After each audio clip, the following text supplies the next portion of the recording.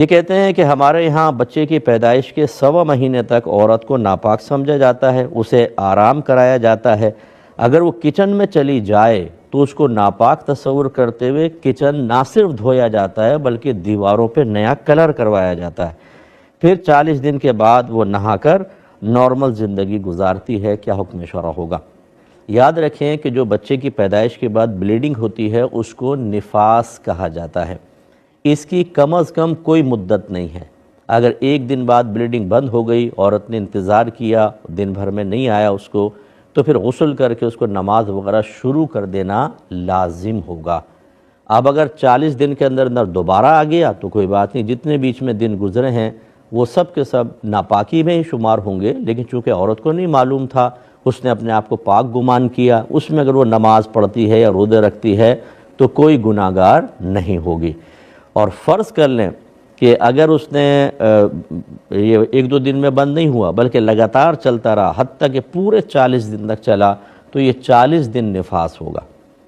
اب اگر فرض کر لیں کہ پہلا بچہ پیدا ہوا تھا، 10 دن کے اندر یہ نفاس بند ہوا، تو یہ سمجھ لیں اس عورت کی عادت کہلاتی ہے۔ اس کو نوٹ کر لینا چاہیے جب پہلا بچہ پیدا ہو، یا جو بھی اور بہنوں کے بھی، جیسے اگر جو پچھلے سال بچہ پیدا ہوا اس کی تاریخ نوٹ کر لیں، دن نوٹ کر لیں کتنے دن نفاس آیا تھا۔ اب فرض کر لیں اگلے بچے کی پیدائش پر 10 دن جیسے پچھلے بچے کی آیا، یہ 10 دن کراس کر گیا تو ہم کہیں گے عادت بدل گئی ہے شاید، لیکن وہ چلتے چلتے 40 کو کراس کر گیا۔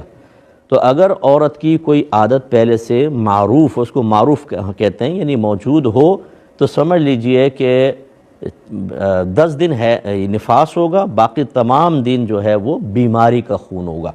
اس کا مطلب کیا ہوا کہ 10 دن کی نمازیں تو اس کو بالکل نہیں پڑھنی، کیونکہ وہ تو ناپاکی کے تھے، لیکن جب 10 دن کے بعد 40 دن کو خون کراس کر گیا تو ثابت ہو گیا کہ 10 دن صرف نفاس تھا، باقی سب بیماری کا خون تھا، لہذا ان تمام دنوں کی نماز قضا کرے گی۔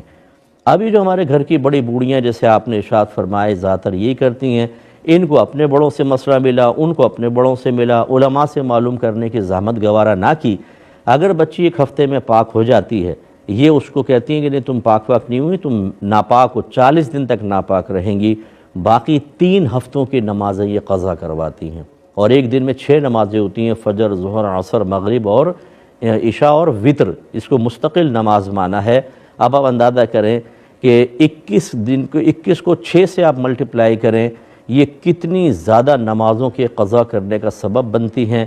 بعض اوقات اگر 7 دن میں بند ہو گیا تو، اور گناہ کبیرہ، اور اس کو حلال اور طیب سمجھنا، ایمان اتنا خطرے میں ہوتا ہے کچھ حد نہیں۔ ایسی کوئی ہماری خاتون بڑی بوڑھی سن رہی ہیں تو ہمیں الٹا سیدھا سنانے کے بجائے اپنی آخرت کی فکر کریں، کیونکہ عنقریب آپ فوت ہوں گی۔ جس کو آپ نے گناہ میں لگایا، اللہ تعالیٰ اور اس کے رسول کی تعلیمات کے خلاف اپنی کم علمی میں جو آپ نے علم بغاوت اٹھایا تھا، اس کا حساب تو آپ کو دینا پڑے گا۔ تو اس لیے اللہ کی بارگاہ میں توبہ کریں اور اپنے گھر سے اس بدعت کو باہر نکالیں۔ ایسی بچی کا ظاہر بالکل پاک ہوتا ہے، یہ ایسی نجاست نہیں ہے کہ چھٹ کر لگ جائے۔ یہ آٹا گون سکتی ہیں، کھانا بنا سکتی ہے، جہاں چلیں گی وہ پاک رہے گا جگہ۔ اس طرح جو لباس پہنا ہوا ہے، اگر اس پہ بلڈ وغیرہ نہیں لگا، وہ لباس بھی پاک کہلائے گا۔ تو یہ مطلب یہ کہ خرافات ہم کر رہے ہوتے ہیں۔ میں نے پہلے بھی گزارش کی تھی، آپ میری کتاب لیں، طہارت کے مسائل و احکام، بیسٹ بک ہے، آسان ہے، عام فہم ہے، یہ اپنے گھر میں رکھیں، اس میں تمام یہ مسائل موجود ہیں۔ ایک میں نے فرمائے جو آیت درود ہے، یا ایھا الذین آمنوا صلوا علیہ وسلموا تسلیما، تو اس میں کیا فوراً درود پاک پڑھنا واجب ہے یا تاخیر بھی کر سکتے ہیں؟ دیکھیں، اس آیت میں چونکہ حکم موجود ہے اللہ تبارک و تعالیٰ کا، تو اسی کے روشنی میں فقہا نے فرمایا کہ زندگی میں کم از کم 1 بار درود و سلام پڑھنا تو فرض ہوتا ہے، تاکہ اس آیت پر عمل ہو جائے۔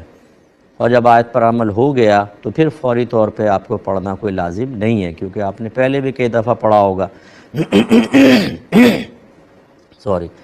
پھر یہ ہوتا ہے کہ اگر کسی مجلس اور محفل میں آپ نبی کریم صلی اللہ علیہ وسلم کا تذکرہ سنتے ہیں تو پہلی مرتبہ جب آپ نے سنا تو پڑھنا واجب ہوتا ہے، اور اس کے بعد جتنی مرتبہ سنیں گے وہ مستحب ہوتا ہے۔ ایسی اذان جیسے ہو رہی ہے، پہلی مرتبہ سرکار کا نام آپ کے کانوں تک پہنچتا ہے تو پہلی مرتبہ درود پاک پڑھنا واجب اور پھر مستحب ہو جاتا ہے۔ تو اس آیت درود کے اوپر بہتر ہے کہ آپ اللہ تعالیٰ کی فرما برداری کے قصد و ارادے سے فوری طور پر عمل کر لیں، درود پاک پڑھ لیں، لیکن حقیقتاً جب ایک دفعہ سن کے آپ نے پڑھ لیا تو گویا کہ اس آیت پر عمل کر لیا، لیکن بہتر ہے کہ جب پڑھا جائے تو آپ درود پاک پڑھ لیں، کیونکہ حکم موجود ہے، لیکن نہیں بھی پڑھا فوری طور پہ بعد میں پڑھ لیا تو گناہگار نہیں ہوں گے۔